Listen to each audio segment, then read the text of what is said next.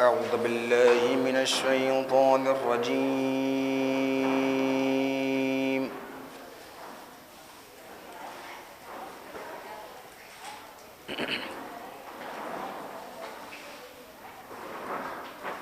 بسم الله الرحمن الرحيم.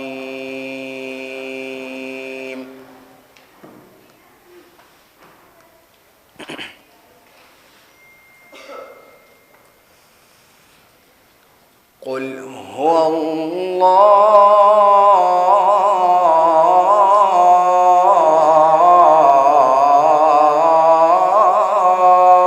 أحد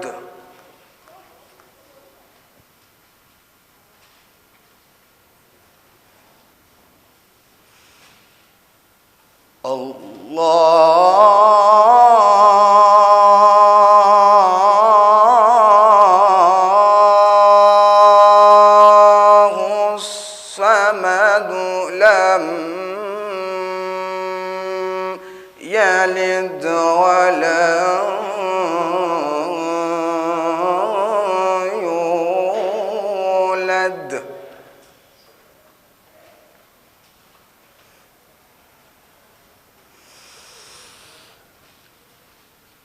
لم يلد ولم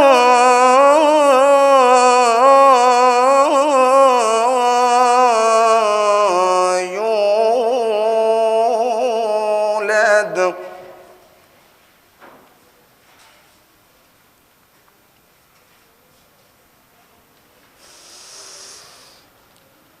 لم يلد ولم يولد. بسم الله الرحمن الرحيم. قل هو الله أحد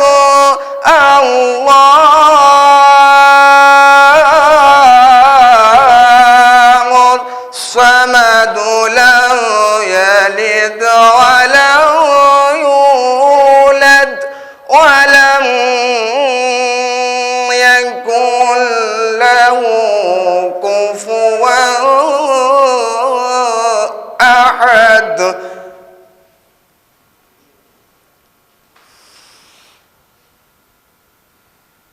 ولم يكن له كفوا أحد. كفوا أحد. كفوا أحد. كفوا أحد.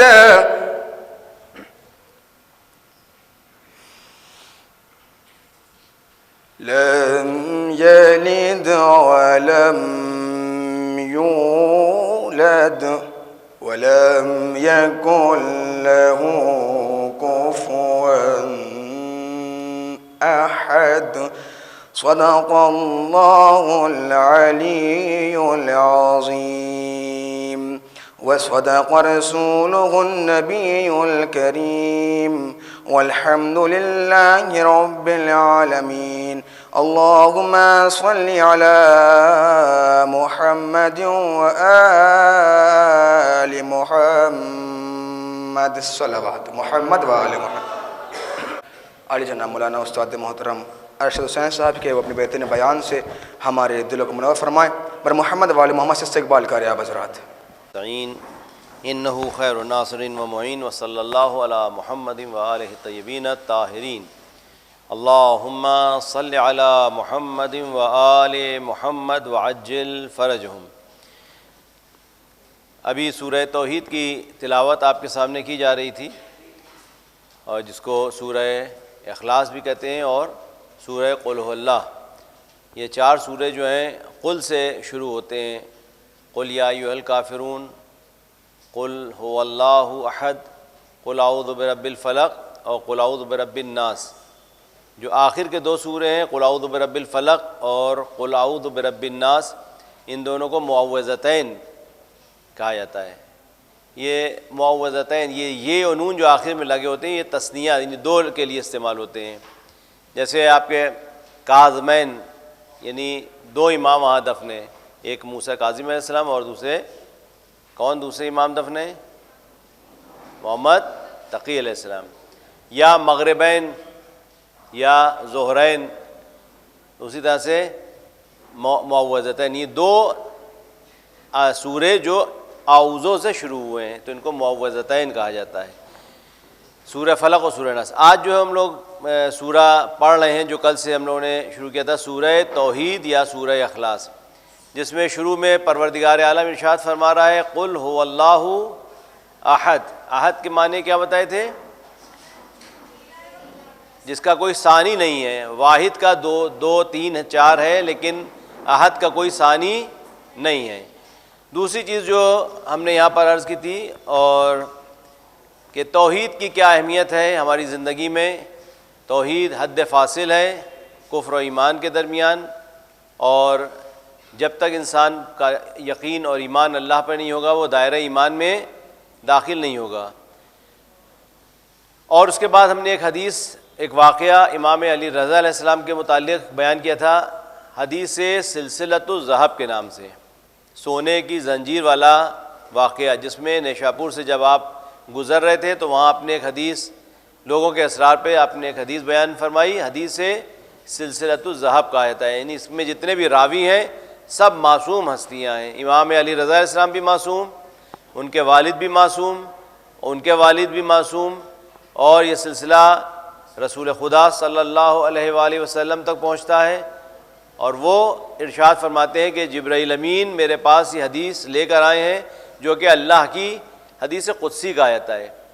حدیث قدسی وہ حدیث ہے کہ جو قرآن کی آیت نہیں ہے لیکن اللہ کا کلام ہے. بعض پیغمبروں سے اللہ نے مکالمہ کیا تو وہ آیت نہیں کہی جائے گی لیکن حدیث قدسی کہی جائے گی. تو یہ حدیث قدسی کیا تھی؟ کلمۃ لا الہ الا اللہ حصنی.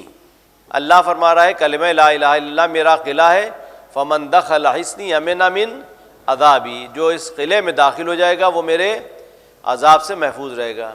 اور اس کے بعد آپ تھوڑا آگے بڑھے، اس کے بعد پھر آپ نے ارشاد فرمایا بشرطہا و شروطہا وانا من شروطہا، شرط کے ساتھ اور ان شرطوں میں سے میں ایک شرط ہوں، یعنی امام کا ہونا ضروری ہے، توحید کے ساتھ ساتھ ولایت کا ہونا ضروری ہے.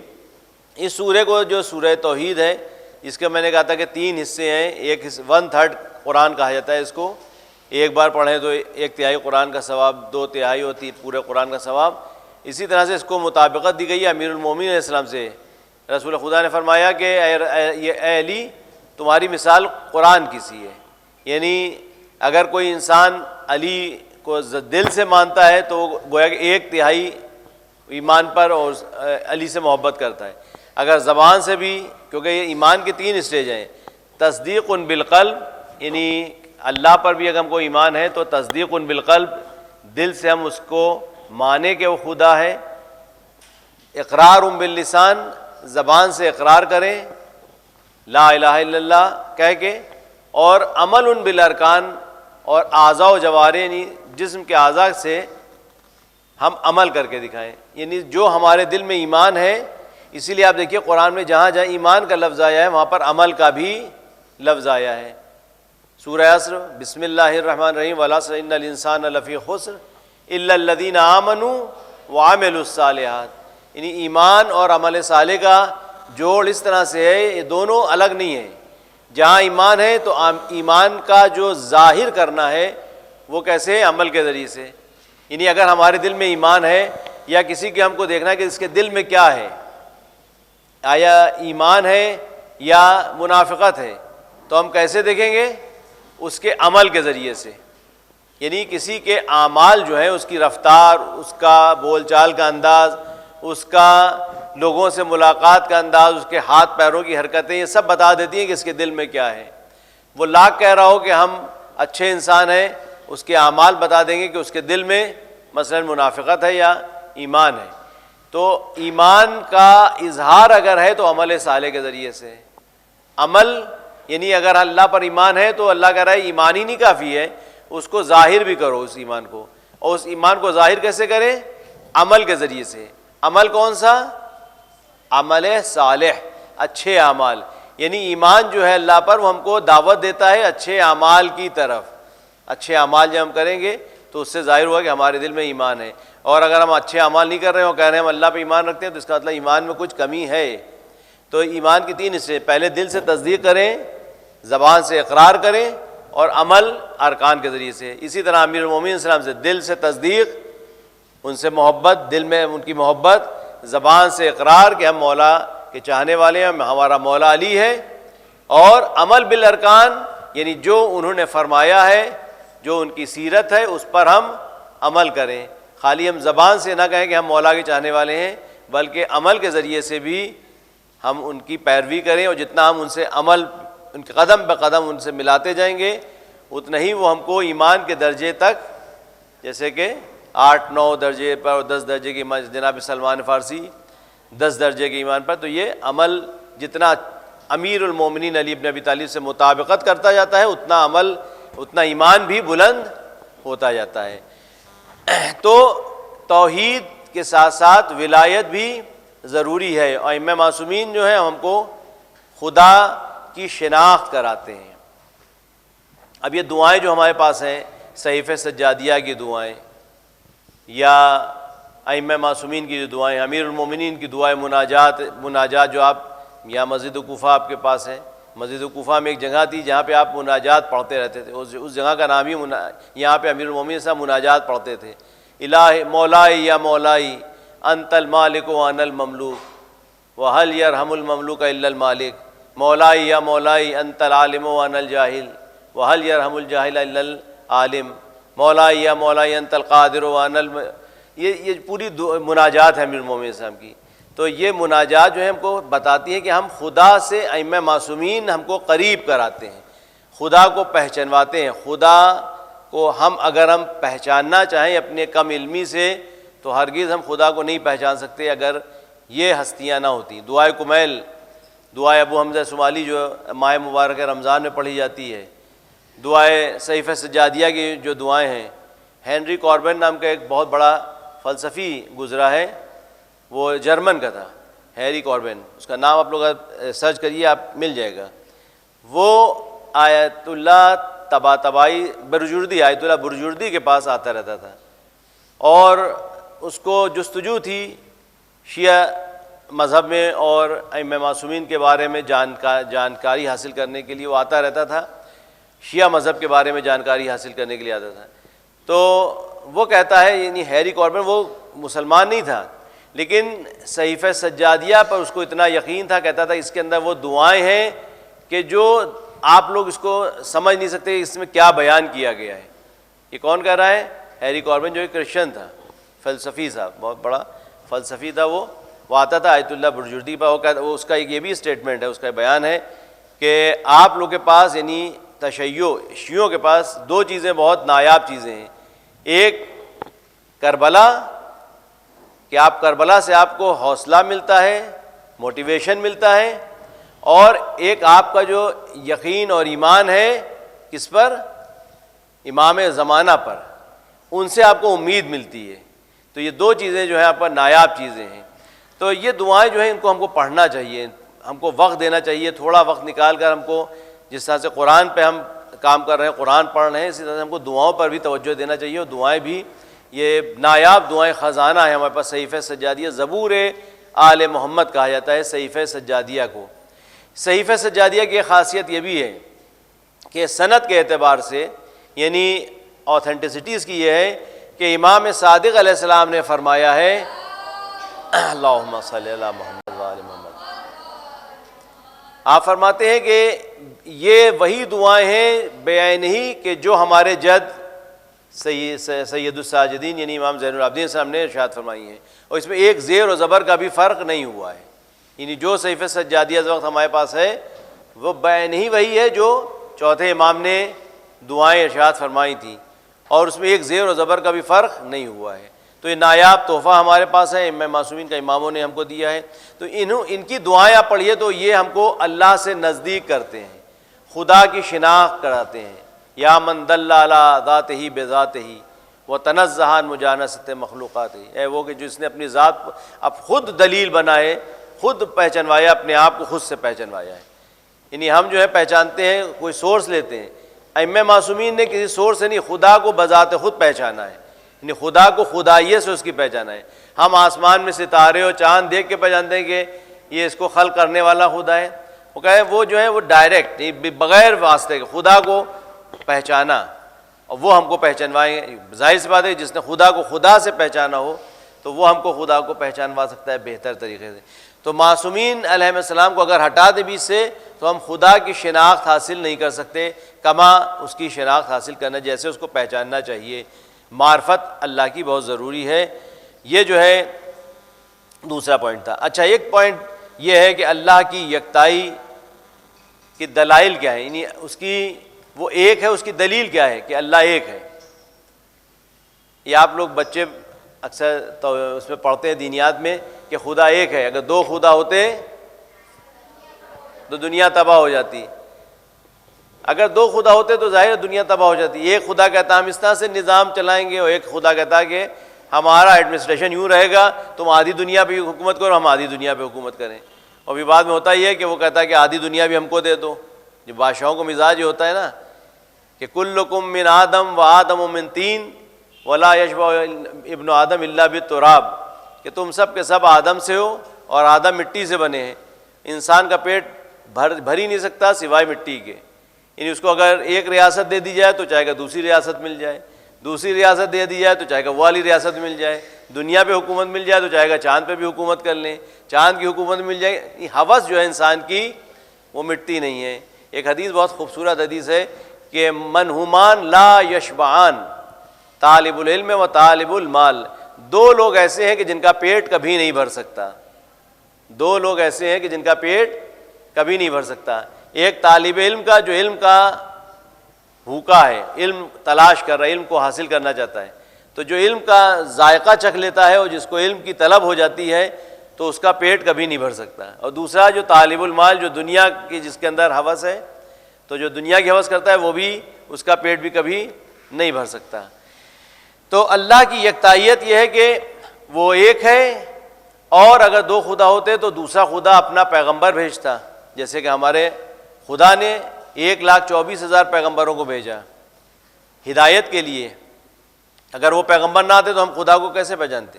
ہر پیغمبر کا جو سلوگن تھا یا ان کا کلمہ جو ان کو دعوت تھی وہ کیا تھا؟ لا الہ الا اللہ. یعنی جناب آدم سے لے کے پہلا بشر جو زمین پر اترا وہ کون ہے؟ جناب آدم علیہ السلام. آدم علیہ السلام سے لے کے ختمی مرتبہ تک سب تمام پیغمبروں کا ایک ہی دعوت نامہ تھا کہ اللہ ایک ہے. تو سب نے دعوت دی اللہ ایک کی طرف، خدا یہ وحدہ لا شریک کی طرف. تو اللہ جو ہے وہ سب کی پیغمبر اللہ نے بھیجے. اگر دو خدا ہوتے تو دوسرا خدا اپنے پیغمبروں کو بھیجتا، جبکہ دوسرے پیغمبروں کو ہم نہیں دیکھتے. صرف اللہ نے بھیجے پیغمبر 1,24,000، جن میں سے کچھ کا ذکر قرآن میں آیا ہے. بعض پیغمبروں کا ذکر قرآن میں ہے اور بعض پیغمبروں کا ذکر دعاؤں میں مل جاتا ہے. جیسے داؤد جو رجب کے مہینے میں عمل داؤد کیے تھے، اس میں جو دعا ہے جو داؤد کو تعلیم کی تھی امام نے، اس میں کچھ پیغمبروں کا ذکر ملتا ہے. تو 1,24,000 پیغمبر اللہ نے بھیجے. تو ایک تو یہ دلیل ہے کہ اگر دو خدا ہوتے تو دوسرا خدا اپنے پیغمبروں کو بھیجتا. دوسری دلیل یہ ہے کہ نظام کا اپنے صحیح ڈھنگ سے چلنا، یہ پوری کائنات کا نظام جو ہے وہ کب سے چل رہا ہے. آپ سوچئے، تصور کریے کہ یہ چاند جو ہم دیکھ رہے ہیں، اس چاند کو جناب آدم نے بھی دیکھا ہوگا. کبھی آپ سوچئے بیٹھ کر، عجیب سا لگے گا نا. یہ سورج ہم دیکھ رہے ہیں کہ اس کو امام حسین علیہ السلام نے بھی دیکھا، اس سورج کو امیر المومنین علیہ السلام نے بھی دیکھا، اس سورج کو جناب ابراہیم نے بھی دیکھا، اور آج ہم بھی دیکھ رہے ہیں سورج کو. کب سے چل رہا ہے سورج؟ اچھا، وہی نظام چل رہا ہے جو اللہ نے بنایا ہے. کبھی ایسا نہیں ہوا کہ سورج اپنی جگہ سے ہٹ گیا ہو. والشمس تجری لمستقر لہا، اللہ نے جو اس کا مقام مقرر کیا ہے بس وہیں پر وہ اسی رفتار سے ویسے ہی چل رہا ہے. ہر چیز کو اللہ نے خلق کیا، ہدایت دی. قال من ربکم، قال ربنا الذی خلق آتا کل شیء خلقہ ثم ہدی. فرعون نے حضرت موسیٰ سے پوچھا کہ تمہارا خدا کون ہے؟ جو تم خدا کا دعویٰ کر رہے ہو خدا تمہارا خدا کون ہے؟ تو جناب موسیٰ نے جواب دیا قال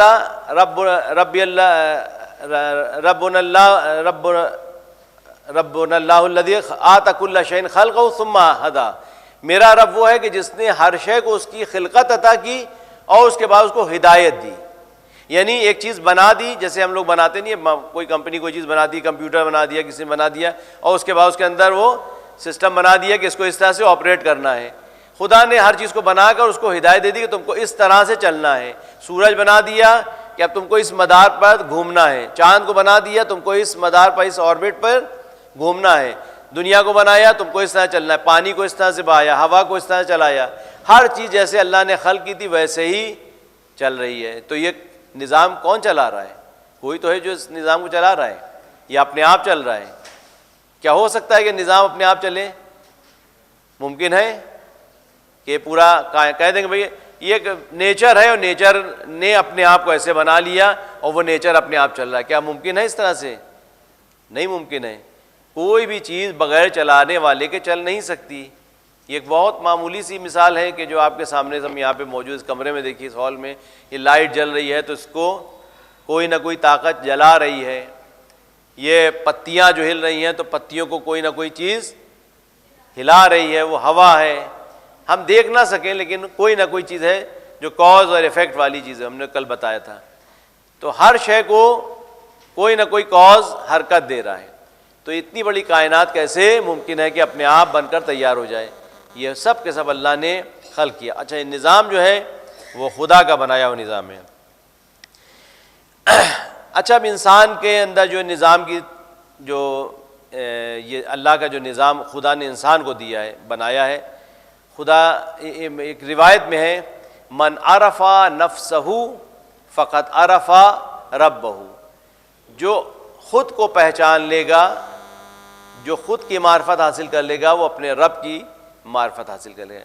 ایک بہت اچھی حدیث ہے امیر المومنین صاحب کی. حدیث کیا ہے؟ نہج البلاغہ کا ایک کوٹیشن ہے. وہ اس امام فرماتے ہیں اعجبوا لہذا الانسان. آپ دیکھیے ذرا غور کریے کہ اللہ نے انسان کو کیسا خلق کیا ہے. اعجبوا لہذا الانسان، تعجب کرو اس انسان پر. یسمع ینظر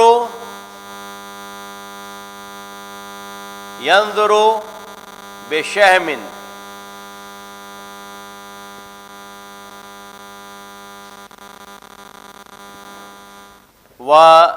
ویتکلم بلحم ویسمع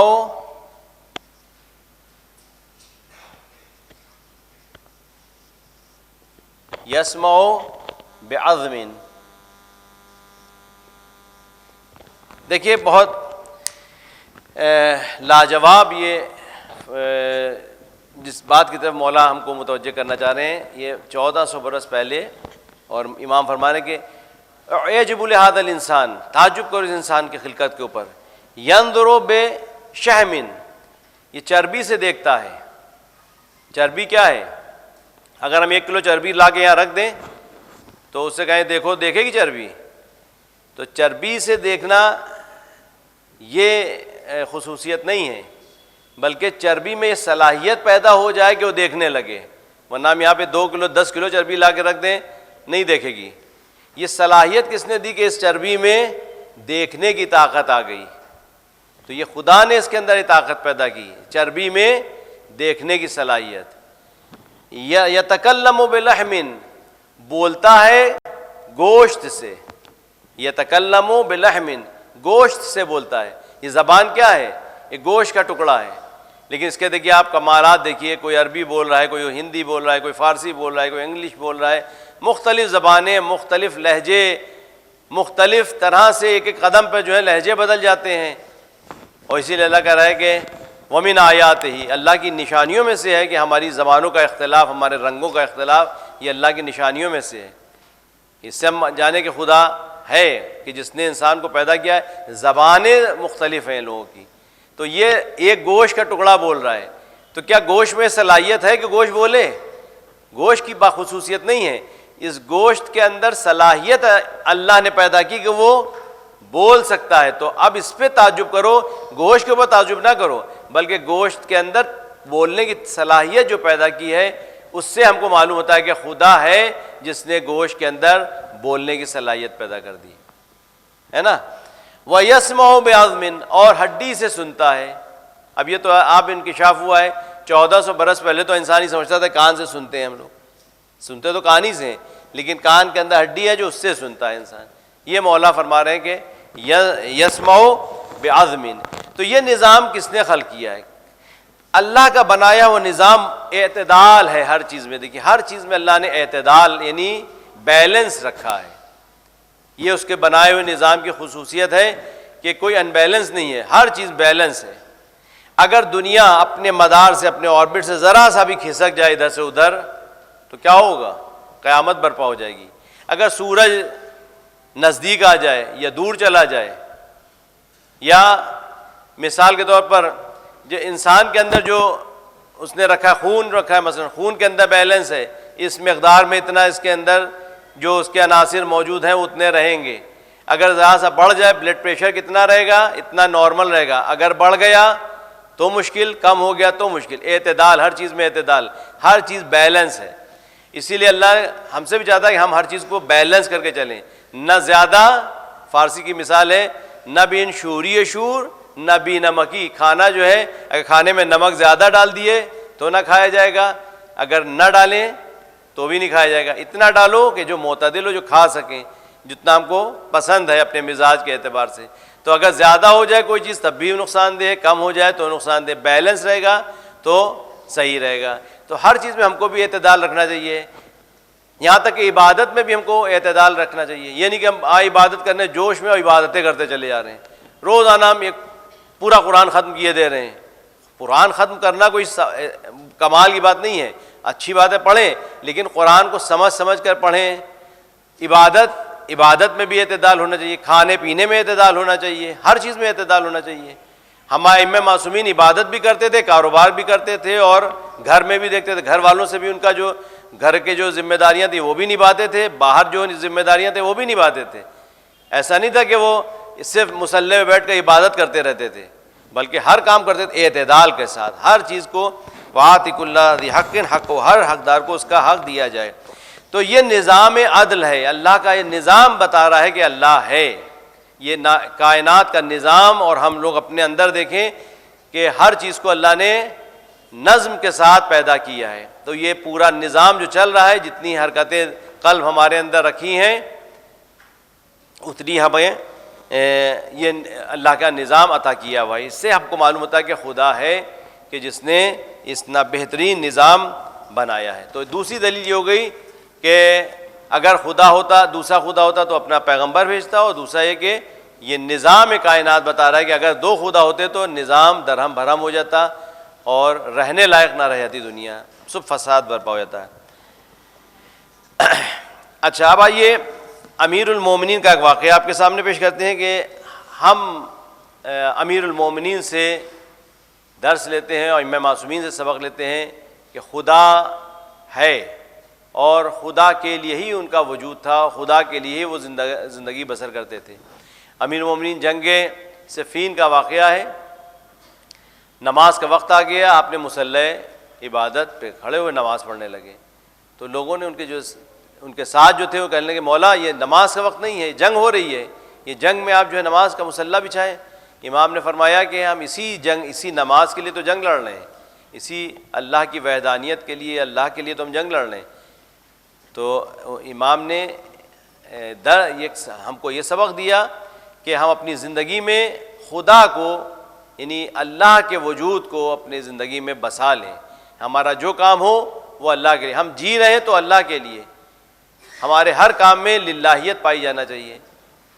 عبادت یہی ہے کہ ہم ہر کام عبادت یعنی اگر نیت کر کے کریں، ہم نے اس دن بتایا تھا کہ ہم قربتاً اللہ کے ساتھ کریں تو ہمارا ہر کام عبادت میں بدل جائے گا.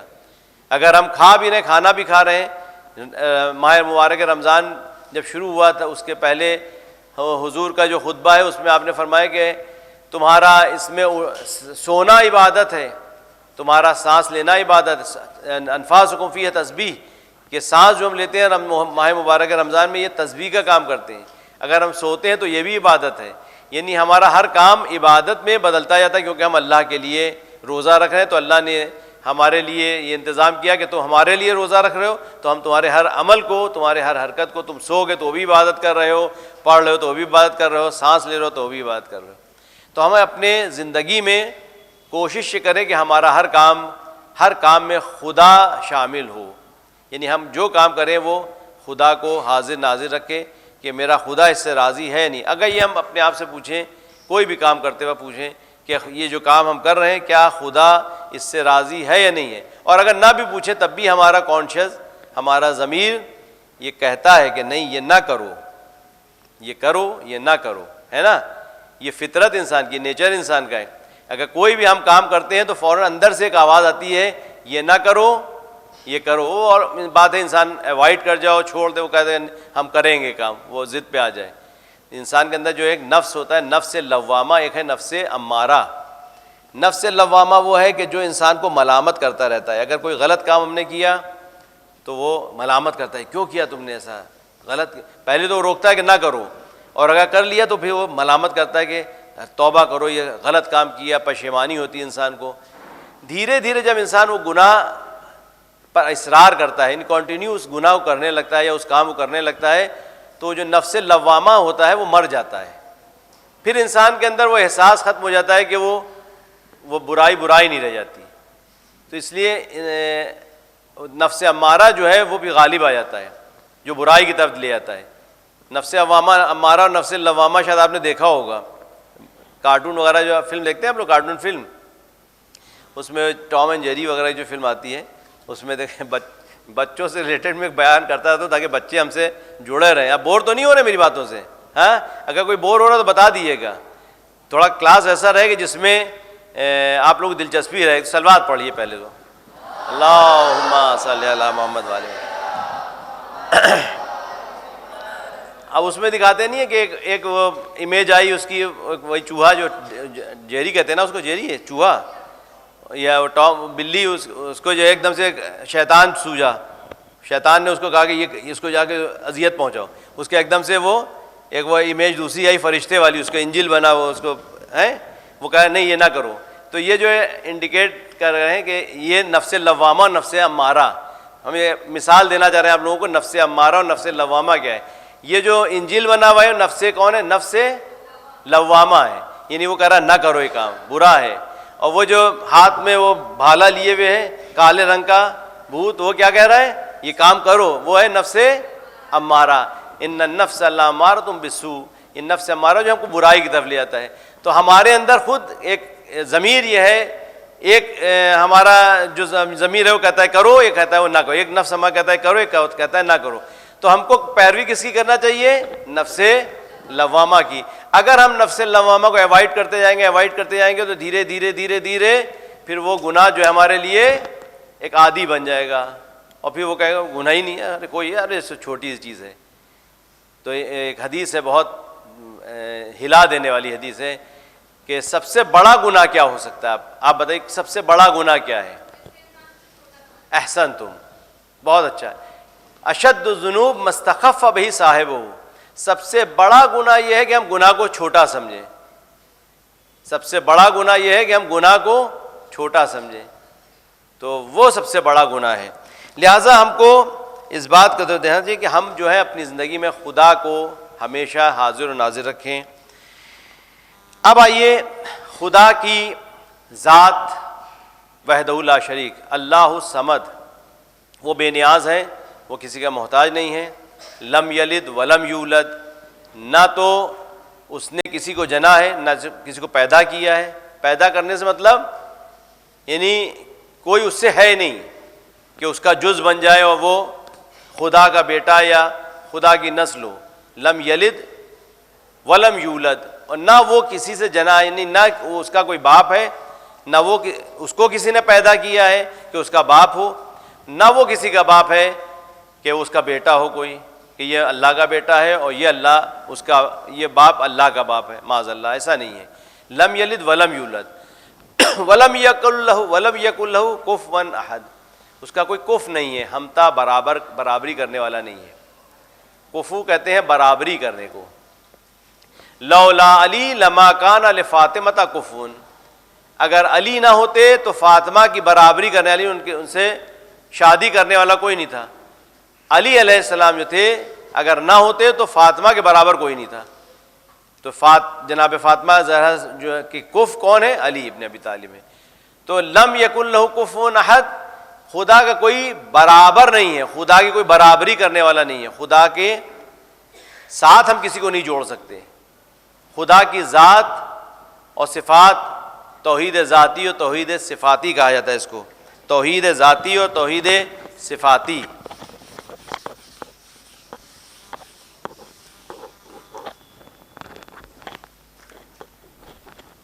توحید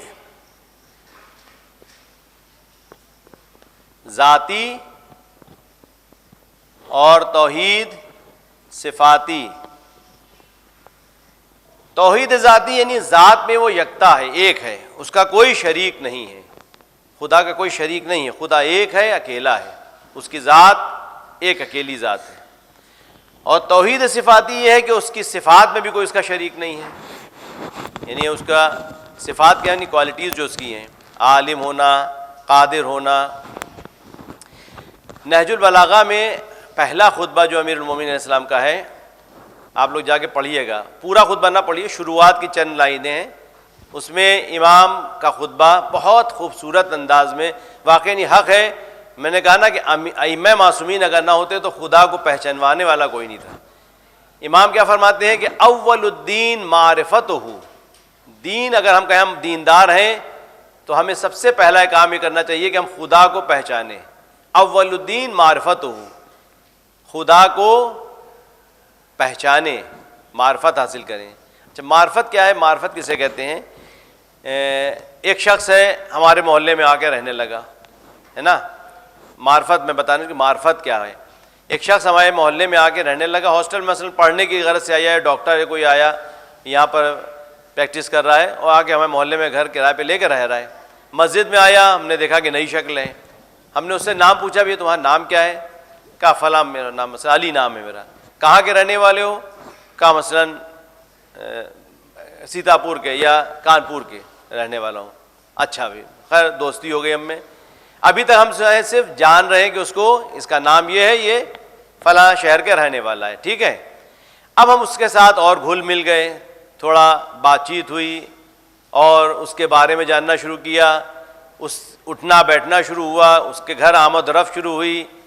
پھر بعد میں ہم نے دیکھا کہ نماز اول وقت پڑھنے آ رہا ہے، نماز شب بھی پڑھ رہا ہے، قرآن کی تلاوت بھی کر رہا ہے، صدقہ و خیرات بھی دے رہا ہے، لوگوں کی مدد بھی کر رہا ہے، غرض بہت اچھی اچھی کوالٹی اس کے اندر موجود ہیں۔ تو ابھی تک جو ہم اس کو صرف جان رہے تھے کہ یہ اس کا نام یہ ہے، یہ اس شہر کا رہنے والا ہے، یہاں پر پریکٹس کرنے کے لیے آیا ہے، کرائے پہ رہ رہا ہے، اس مکان میں رہ رہا ہے، لیکن جب ہم اس سے قریب ہوئے تو اس کی معرفت بڑھتی جا رہی ہے ہمارے اندر، یعنی اس کو ہم پہچانتے جا رہے ہیں کہ اس کے اندر کیا کیا کوالٹیز ہیں، یہ معرفت ہے۔ یعنی جتنا ہم اس کے نزدیک جا رہے ہیں اتنا اس کی کوالٹیز ہمارے سامنے کھل کے آ رہی ہیں۔ تو یہی ہے کہ ابھی پہلے تو ہم صرف اللہ کو جانتے ہیں کہ اللہ خالق ہے، خدا رب ہے، خدا پالنے والا ہے، خدا نے بنایا ہے، لیکن جب ہم خدا سے اور نزدیک ہوں گے، دیکھیے اس لیے کہا قربتاً الی اللہ۔ قربتاً الی اللہ کے کیا معنی ہوتے ہیں؟ اللہ سے قریب ہونے کے لیے، یعنی ہم جو کام کرتے ہیں خدا سے قریب ہونے کے لیے، اللہ کی قربت، جو بھی اچھے کام ہم کرتے ہیں، ہم کبھی چوری نہیں کریں گے، چوری کرتا ہوں میں قربتاً الی اللہ کریں گے، یا جھوٹ بولتا ہوں میں قربتاً الی اللہ، نہیں ہوگا، کیونکہ ہم جب اچھے کام کریں گے اس سے ہم کو اللہ کی قربت ملے گی، برے کاموں سے اللہ کی قربت نہیں ملے گی۔ اچھے کاموں سے ہم جو اچھا کام کریں قربتاً الی اللہ، اگر آپ راستے میں پتھر ہی پڑا ہے اس کو آپ ہٹا دیے کہ قربتاً الی اللہ، تو یہ بھی آپ کے ثواب اعمال میں لکھ دیا، اعمال نامے میں لکھ دیا گا کہ اس نے ایک پتھر ہٹایا تھا قربتاً الی اللہ، یہ آپ کو اور قریب کر دے گا۔ یعنی جتنے آپ پوائنٹ بناتے جائیں گے اور اللہ سے قریب ہوتے جائیں گے۔ تو خدا سے قربت جو ہے، خدا سے نزدیکی، تو جتنا ہم خدا کو پہچانتے جائیں گے، خدا نیک کام کرتے جائیں گے، اتنا خدا اور دریچے ہمارے لیے اپنی معرفت کے کھولتا جائے گا۔ وہ کیا آیت ہے؟ لنہدینہم سبلنا الذین جاہدوا فینا لنہدینہم سبلنا، جو ہم تک پہنچنے کی کوشش کرتے ہیں تو ہم ان کے لیے کیا کرتے ہیں؟ راستے کھول دیتے ہیں. لنہدینہم سبلنا، تو ہم تک پہنچنے کے جو راستے ہیں ہم ان کے لیے کھول دیتے ہیں، یعنی کہ وہ اگر آگے بڑھتے ہیں ہم کو پہچاننے کے لیے تو ہم ان کے لیے اور راستے کھولتے جاتے ہیں، وہ اور ہم سے نزدیک ہوتے جاتے ہیں. تو قربت اللہ سے قریب ہونے کے لیے، قربت اللہ کی حاصل کرنے کے لیے. تو اب صفات جو اللہ کی ذات و صفات، تو امام فرماتے ہیں نہج البلاغہ اول الدین معرفت ہو، سب سے پہلا قدم دین کا یہ کہ اللہ کی معرفت حاصل کریں، اس کو پہچانیں. وکمال و معرفت ہی التصدیق و بہی، کمال معرفت کیا ہے؟ یعنی ہم معرفت کے ٹاپ پہ کب پہنچیں گے؟ جب ہم دل میں تصدیق کریں کہ خدا ہے، خدا کو ہم مانیں، خدا کا ہم دل میں یقین پیدا کریں. اور اس کے بعد فرماتے ہیں وکمال و تصدیق بہی نفی الصفات عنہ. کمال تصدیق کیا ہے؟ کہ ہم اس کو خدا مانیں کہ صفات کو اس سے الگ نہ کریں، یعنی نفی صفات، صفات کے انکار کریں کہ صفات اس سے الگ نہیں ہے، صفات اس کی الگ نہیں بلکہ صفات اس کی اسی میں ہے. یعنی جیسے دیکھیں مثال کے طور پہ علی، امام علی کون تھے؟ امام تھے. اور کیا ان کی خصوصیات تھیں؟ شجاع تھے اور عالم تھے، ہے نا، اور متقی تھے. یہ سب صفات یہ بندے کی صفات ہیں، بندہ پہلے اس کے بعد اس کی صفات. یا کوئی بھی آپ لے لیا اے ٹو زیڈ، کوئی بھی، جیسے ہم اپنے کو کہیں کہ ہم جب ہم آئے دنیا میں آئے تو ہم کچھ نہیں تھے، مطلب جاہل تھے بالکل. جب انسان پیدا ہوتا ہے جاہل پیدا ہوتا ہے، لیکن جب تھوڑا تھوڑا بڑا ہوا اس نے ہوش سنبھالنا شروع کیا تو اس کے بعد علم آیا، کہا گیا یہ عالم ہے. اور جب ہم پیدا ہوئے تو ہمارے پاس طاقت بھی نہیں تھی، اب جب بڑے ہوئے تو طاقت آ گئی، ہم کرسی کو بھی ہلا سکتے ہیں، میز کو بھی ہٹا سکتے ہیں، اتنی طاقت آ گئی. تو اب طاقت آ گئی تو ہم طاقتور ہو گئے. یہ طاقت ہماری بعد میں آئی. تو جتنی کوالٹیز ہماری ڈیولپ ہوتی جائیں گی بعد میں ڈیولپ ہو رہی ہیں. جب پیدا ہوئے تو ہمارے اندر کوئی کوالٹی نہیں تھی، یہ ساری کوالٹیز ہمارے اندر بعد میں ڈیولپ ہوئی ہیں. کیا خدا کے لیے بھی ہم یہ کہہ سکتے ہیں کہ پہلے خدا پیدا ہوا معاذ اللہ، اور اس کے بعد پھر وہ عالم ہوا، پھر وہ خالق ہوا، پھر وہ قادر ہوا؟ جب سے ہے وہ تب سے وہ عالم ہے. اچھا، جب سے ہے تب سے میں ایک بڑا سوال ہے کہ کسی نے پوچھا کہ مولا خدا کب سے ہے اور کب تک رہے گا؟ تو امام نے فرمایا کہ تمہارا سوال ہی غلط ہے، کیونکہ خدا کہتے ہیں نا خدا ہمیشہ سے ہے، ہمیشہ رہے گا. خدا کب سے ہے، کب اور کہاں؟ یہ کب بنا؟ جب یہ دنیا بنی، آسمان بنا، زمانہ بنا، زمان و مکان، جب مکان بنا اور زمان بنا تب یہ زمان و مکان وجود میں آئے. ورنہ جب دنیا اور آسمان اور زمین کچھ نہیں تھا تب بھی خدا تھا. تو ہمیشہ سے وہ ہمیشہ رہے گا، تو اس کی صفات بھی ہمیشہ سے ہیں، ہمیشہ رہیں گی. یہ نہیں کہ خدا جو ہے اس کی صفت العلم جو ہے وہ بعد میں اس کے اندر کریٹ ہوئی، پیدا ہوئی ہو، طاقت بعد میں اس کے آئی ہو. نہیں، امام فرماتے ہیں ذات و صفات کو الگ نہ کرو، صفات کو جدا نہ کرو، صفات اس کی ایک ہے، کیونکہ ہر صفت اپنے موصوف سے الگ ہے. موصوف یعنی جس کی آپ کوالٹی بیان کر رہے ہیں، اور ہر موصوف اپنی صفت سے جدا ہے. اگر ہم خدا کو عالم خدا الگ مان لیں گے، قدرت مند خدا الگ مان لیں گے، دانشور خدا الگ مان لیں گے تو کیا ہوگا؟ ہم کہیں گے وہ عالم خدا ہے، وہ طاقتور خدا ہے، وہ خالق خدا ہے، وہ فلاں والا خدا ہے، وہ والا خدا ہے، کئی خدا ہو جائیں گے. اور امام فرماتے ہیں جب کئی خدا ہو جائیں گے تو پھر آپ کو کنفیوز ہو جائیں گے کہ اس میں حقیقت میں کون سا خدا ہے. کئی ایک آئینے آپ لگائیے کمرے کے اندر اور اس کے اندر آپ دیکھیں گے کہ آپ ہر طرف موجود ہیں، یہ بھی، تو آپ کا جو آئینے والے دیکھ کے کنفیوز ہے کہ آپ ہیں کہاں. تو خدا ایسا نہیں ہے کہ وہ ہر آئینے میں الگ الگ جلوے دکھا رہا ہے، بلکہ اس کی ذات اور صفات ایک ہیں. یعنی عالم بھی وہی ہے ذات اور وہ خالق بھی ہے، وہ ساری صفات اس کی. اس نہج البلاغہ اس خطبے کو آپ شروعات کا خطبہ ہے، اس کو وقت نکلے تو انشاءاللہ یا شبوں میں پڑھیے گا، اس وقت آپ کے پاس وقت زیادہ رہے گا تو آپ اس کو پڑھیے گا کہ امام نے کس طرح سے ڈسکرائب کیا ہے خدا کے وجود کو. بہترین طریقے سے امام نے توحید کو پہچنوایا ہے. اس میں ایک صلوات پڑھیں محمد و آل محمد کا. اللہم صلی اللہ محمد و آل محمد. وقت ہے ہمارے پاس؟ ابھی نہیں ہے آگا جی، 5 منٹ ہے. اچھا، اس سورہ توحید کے پیغامات کیا ہیں؟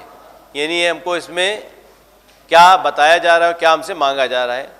پہلی چیز یہ کہ انبیاء وحی کے امانت دار ہیں، پیغمبر خیانت نہیں کرتے، جو اللہ نے ان کو دیا ہے وہ پہنچاتے ہیں، پیغمبر کبھی خیانت نہیں کرتے پیغام پہنچانے میں، جو اللہ نے کہا ہے وہ بندوں تک پہنچاتے ہیں۔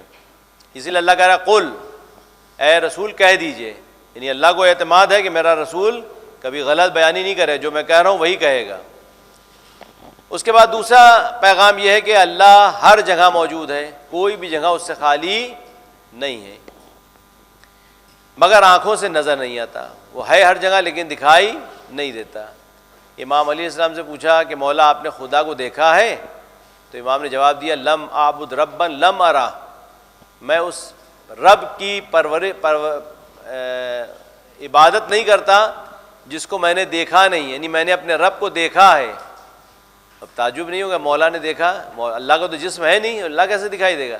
تو امام نے فرمایا کہ ان آنکھوں سے نہیں بلکہ دل کی نگاہوں سے دیکھا ہے، معرفت کی نگاہ سے دیکھا ہے۔ یعنی اگر ہم خدا کو محسوس کرنا چاہیں تو خدا دکھائی نہیں دے گا یہاں پر ہم کو، لیکن خدا کا وجود ہم اس کے جو آثار موجود ہیں دنیا میں، کائنات میں، ہم آپ سب، یہ سب اللہ کی نشانیاں ہیں اور یہ سب اللہ کے وجود پر دلالت کرتی ہیں اور رہنمائی کرتی ہیں۔ عقیدے سے متعلق سوالات کا جواب دینا چاہیے، کوئی عقیدے سے متعلق آپ کا عقیدہ کیا ہے، تو اس سے دیکھیے سب سے بڑی چیز ہے کہ ہم عقیدے تو بنا لیتے ہیں، عقیدے تو ہم مانتے ہیں، لیکن اس کا جواب بھی ہونا چاہیے کہ ہم اللہ کو ایک مانتے ہیں تو کیوں مانتے ہیں۔ اصول دین میں تقلید نہیں ہے، فروع دین میں تقلید ہے، فروع نماز کیسے پڑھیں، روزہ کیسے پڑھیں، لیکن اصول دین میں تقلید نہیں ہے۔ اللہ ایک ہے، اصول دین کتنے ہیں؟ توحید، عدل، نبوت، امامت، قیامت، ان میں تقلید نہیں ہے، ان میں آپ کو آرگومنٹ اپنے دلائل خود بیان کرنا ہے۔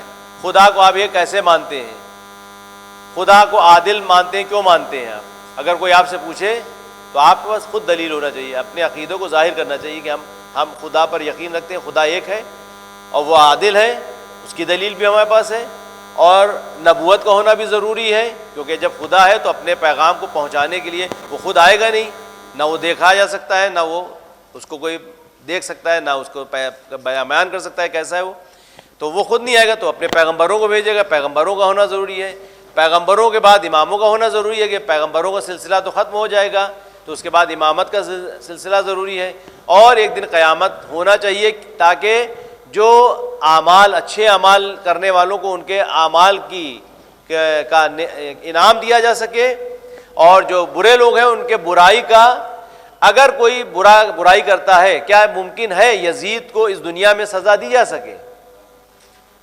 کیا ممکن ہے کہ امام حسین علیہ السلام نے جو قربانی دی تھی اس کا صلہ ان کو اس دنیا میں دیا جا سکے؟ ممکن ہی نہیں ہے، کیونکہ یزید نے اگر ایک انسان کو قتل کیا ہوتا تو کہا جا سکتا تھا کہ بھئی اس کو قتل کر دو، اس کا سزا ہو گئی۔ اس نے کتنے بے گناہوں کو قتل کیا، ایسی اور ظالم، کہ ظالم کو اس کے ظلم کی سزا دنیا میں ممکن ہی نہیں ہے، عقل نہیں قبول کرتی اس بات کو، اور اچھے انسان کو اس کے نیک اعمال کی جزا اس دنیا میں ممکن نہیں ہے۔ لہٰذا ایک ایسا دن ہونا چاہیے، ایک ایسی جگہ ہونا چاہیے کہ جہاں ظالم کو بھرپور طریقے سے اس کا مزہ چکھایا جائے اس کے ظلم کا، اور جو اچھا انسان ہے اس کو بھرپور طریقے سے اس کے نیکیوں کا صلہ دیا جائے، وہ قیامت کا دن ہے۔ تو یہ عقل کہتی ہے کہ قیامت ہونا چاہیے تاکہ قیامت میں اچھے انسانوں کو صلہ اور برے انسانوں کو سزا دی جا سکے۔ اللہ ہر چیز میں یکتا ہے اور وہ تنہا ہے۔ اگر وقت ختم ہو گیا، 2 منٹ ہے، چلیے، برکت ہو گئی، وقت میں برکت ہوتی ہے۔ کہتے ہیں جو اللہ کے لیے جو کام ہوتا ہے اس میں برکت ہوتی ہے۔ ہمیشہ دعا کیا کریے پروردگار برکت عطا کر، عمر میں برکت دے، مال میں برکت دے، کثرت نہیں، کثرت تو بہت سے لوگوں کا پیسہ ہے لیکن برکت کچھ لوگوں کے پاس ہوتی ہے۔ جناب فاطمہ زہرا کی عمر 18 سال تھی لیکن برکت دیکھیے کتنی ہے کہ ماشاءاللہ آج پوری دنیا میں سعادات موجود ہیں، اور ان کا جناب فاطمہ زہرا کے فیض آج تک جاری ہے۔ تو برکت ہمیشہ دعا کرنا چاہیے، اللہ کے کاموں میں برکت ہوتی ہے۔ تو یہ پیغامات ہیں، اللہ ہر چیز میں یکتا ہے، ذات میں، صفات میں، علم میں، قدرت میں، ہر چیز میں وہ تنہا اور یکتا ہے، کسی کو ہم اس سے کمپیئر نہیں کر سکتے۔ حتیٰ معصومین کو ہم یہ نہیں کہہ سکتے معاذ اللہ کے خدا ہیں۔ اگر کوئی کہے کہ علی خدا ہے تو معاذ اللہ، خود امام فرما رہے ہیں نہج البلاغہ میں، حلق فیہا رجلان محب قال و مبغض قال، میری ذات کو لے کے دو لوگ ہلاک ہو جائیں گے. امام فرما رہے ہیں ہلاک، امام فرما رہے ہیں ہلاک ہیں وہ دو لوگ میری ذات میں. کون لوگ؟ محب مبغض قال، جو میرے بغض میں میری فضیلتوں کو کم کرے اور مجھے نیچا دکھانا چاہے، وہ بھی ہلاک ہے. وہ محب غال، اور جو میری محبت میں غالی بن جائے یعنی نصیری بن جائے اور مجھے خدا بنا دے. تو نہ میں خدا ہوں اور نہ مجھے جو اگر فضیلتوں سے گھٹایا جائے تو وہ اپنے لیے جہنم بنا رہا ہے، وہ ہلاک ہے. وہ دونوں لوگ ہلاک ہیں، چاہے وہ نصیری ہوں چاہے وہ بغض رکھنے والے ہوں. تو علی علیہ السلام خدا نہیں ہے بلکہ خدا تک پہنچانے والے اور خدا کو پہچانوانے والے ہیں.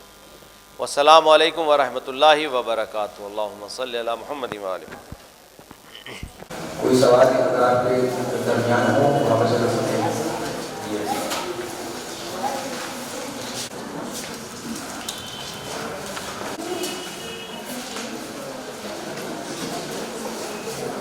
سورہ اخلاص سورہ فلق کو کیا کہتے ہیں اور سونے کی کڑی والی حدیث کو کیا کہتے ہیں؟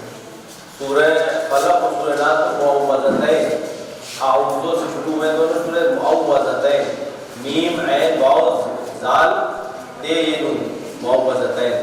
اور وہ سلسلۃ الذہب، سونے کی زنجیر، وہ جو امام علی رضا صاحب کی حدیث ہے وہ سونے کی زنجیر. سلسلۃ الذہب، ذہب کہتے ہیں سونا، سلسلہ کہتے ہیں زنجیر. سلسلۃ الذہب.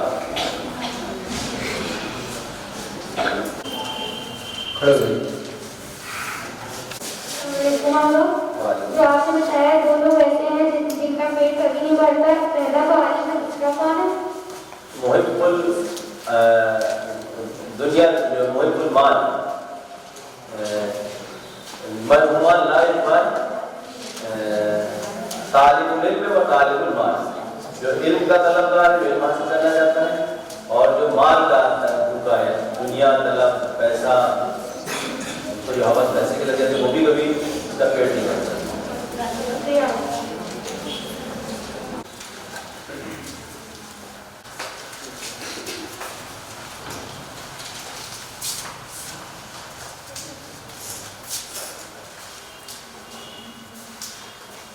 سورہ اخلاص کے پیغامات کے بیان کریں. سورہ اخلاص کے پیغامات، پہلا پیغام تو یہی ہے کہ اللہ ایک ہے، یکتائیت اس کی بیان کی جا رہی ہے. انبیاء جو ہے وہی جو ان کو تبلیغ پہنچانے کے لیے وہ پیغام پہنچانے میں وہ امین ہے، یعنی پیغمبر خیانت نہیں کرتے. پہلا پیغام جو ہے کہ انبیاء وہی کے امانت دار. لکھا ہے آپ لوگوں کو، میں بول دوں آپ لوگوں کو لکھ لیں. انبیاء وہی کے امانت دار، یعنی اس میں خیانت نہیں کرتے، جو اللہ نے پیغام دیا وہ پہنچاتے ہیں. دوسرا، اللہ ہر جگہ موجود ہے. اور تیسرا، عقیدہ جو آپ کا ہے وہ بیان کرنا چاہیے. اگر کوئی سوال کرے آپ عقیدے کے بارے میں تو آپ اس کو، یعنی آپ کے پاس دلیل ہونا چاہیے. آپ جو اپنے عقیدے بنا رہے ہیں تو عقیدے کی بنیاد پہ بنائیے. خرافات میں نہیں کہ آپ کوئی جواب سوال آپ پوچھ کرے اور جواب پوچھ دیجیے. آتھینٹک عقیدے اپنے جو دلیل ہے اپنی محکم دلیل رکھیے. خدا پہ جو بھی عقیدہ ہے ہمارا، ہم اس پہ عقلی دلیل رکھیے. تو اپنے عقیدہ اگر سوال کرے عقیدے والے تو ہم اس کو عقلی دلیلوں سے بیان سمجھائیں اور صحیح عقائد دوسروں کو بتانے چاہیے. اور اللہ ہر چیز میں یکتا ہے، ایک ہے، چاہے اس کی ذات ہو چاہے اس کی صفات ہو.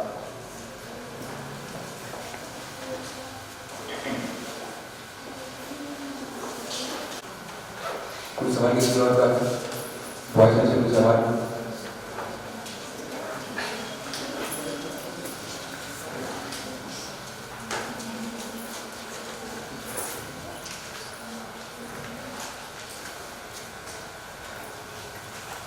بہرحال جناب محمد صاحب کچھ آپ سے کیا باتیں کریں گے، ان کے لیے آپ 5 منٹ آپ لیں گے انشاءاللہ. میں اعتماد پر محمد صاحب، جیسا کہ آپ کو معلوم ہے کہ رمضان کلاس سے ادارہ مقصد حسینی کی جانب سے ہر سال منعقد کیے جا رہے ہیں، جو کہ اس بار منعقد کیے گئے جس میں تقریباً 15 سینٹرز پر یہ کلاسز چل رہے ہیں. ان کلاسز میں 3 ٹاپکس پہ درس دیے جا رہے ہیں: قرآن، احکام اور نحو البلاغہ۔ ان تینوں درس میں ایک پی ڈی ایف بنائی گئی ادارے کی طرف سے، وہ پی ڈی ایف آپ کو موبائل پر دے دی جائے گی، آپ لوگ اس سے پڑھ سکتے ہیں۔ وہ پی ڈی ایف ادارے کے واٹس ایپ چینل پہ آ چکی ہے، پیچھے QR کوڈ لگا دیا گیا ہے، آپ لوگ برائے مہربانی اس کو اسکین کر لیجیے گا۔ جو لوگ اسکین کرنے میں کوئی پرابلم آ رہی ہو اپنے والنٹیئر سے رابطہ کر کے وہ چینل کو ضرور فالو کر لیں۔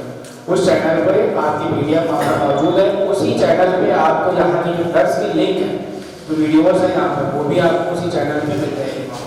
جتنے بھی لنکس ہیں ادارے سے جڑی ہوئی ساری اپڈیٹ اب آپ کو ادارے کے واٹس ایپ چینل پہ ملے گی، کس طرح بنایا گیا ہے، اور وہاں پر آپ کو QR کوڈ لگا دیے گئے پیچھے، ان پہ جاتے ہیں۔ دوسری چیز، کلاس کا شیڈیول جو ہے آپ کا، یہ کلاسز آپ کے ابھی لگاتار جو ہے تقریباً 20 رمضان تک چلیں گے، کوئی 18 رمضان تک، 19 رمضان کے بعد آپ کی چھٹی ہوگی، 19، 20، 21 اور 22 تک آپ کی چھٹی رہے گی۔ اس کے بعد 23، 24 اور 25 کو کلاس ہوگا، 26 کو پھر آپ کی چھٹی ہوگی، اور 27 کو آپ کا ایگزام ہے۔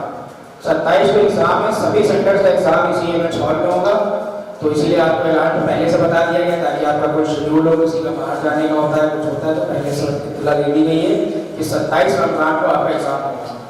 اور جو شبوں کی چھٹیاں ہیں وہ 19 رمضان سے لے کر 22 رمضان تک رہے گی۔ 23 رمضان سے یہاں پر کلاسز پھر جو شروع ہو جائیں گے، جو 25 رمضان تک چلیں گے، اور 26 کو چھٹی رہے گی، 27 کو ایگزام ہوگا۔ اور ادارے کا واٹس ایپ چینل ضرور آج ہی فالو کر لے جا کر، تاکہ وہاں پر آپ کو پی ڈی ایف مل جائے گی، جس میں یہاں کا پی ڈی ایف 2 فارم میں بنائی گئی ہے، رومن بنائی گئی ہے اور اردو میں بنائی گئی ہے۔ جن لوگوں کو اردو میں آسانی ہے وہ اردو والی پی ڈی ایف دیکھ سکتے ہیں، جو رومن میں دیکھنا چاہیں وہ رومن میں دیکھ سکتے ہیں۔ اور کچھ لوگوں کا سوال یہ تھا کہ ہم نے آن لائن فارم بھرا ہے، کسی نے آف لائن بھرا ہے۔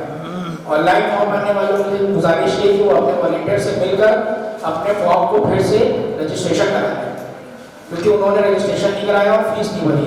25 روپیز یہاں پر فیس رکھی گئی تھی، جو کہ ان کو فیس بھی جمع کرنا اور اپنا رجسٹریشن کرا لیں آن لائن میں۔ آف لائن والوں کا رجسٹریشن کر دیا گیا، آف لائن والوں کا رجسٹریشن ہمارے والنٹیئرس نے جو ہے کر دیا، جنہوں نے آن لائن بھرا تھا فارم، وہ لوگ اپنا رجسٹریشن ایک بار اپنے والنٹیئر سے مل کے کرا لیں۔ یہ کچھ بچوں کے نام ہیں جنہوں نے اپنی ڈیٹیل پوری فارم میں نہیں دی ہے: حسن عباس، فادر نیم صالح مرزا، مرتضیٰ، فادر نیم شہزاد مرزا، اور ایک ہے محمد حسین علی۔ یہ 3 اسٹوڈنٹس ہیں جن کی ڈیٹیل انکمپلیٹ ہے، یہ اپنے والنٹیئر سے مل کر دیں گے تاکہ اپنی جو بھی ڈیٹیل ان کی رہ گئی ہے وہ دے دیں۔ اگر آپ کا درس سے متعلق کوئی سوال ہے یا ایگزام سے متعلق تو وہ لوگ آپ کو پوچھ سکتے ہیں۔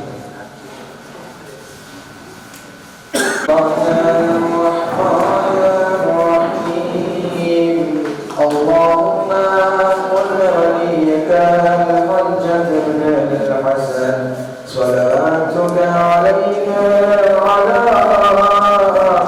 آبائك في هذه الساعة وفي كل ساعة وديانا وحافظا وقائدا وناصرا ودليلا وظاهرا حتى تسكنه أرضك طوعا وتمتعه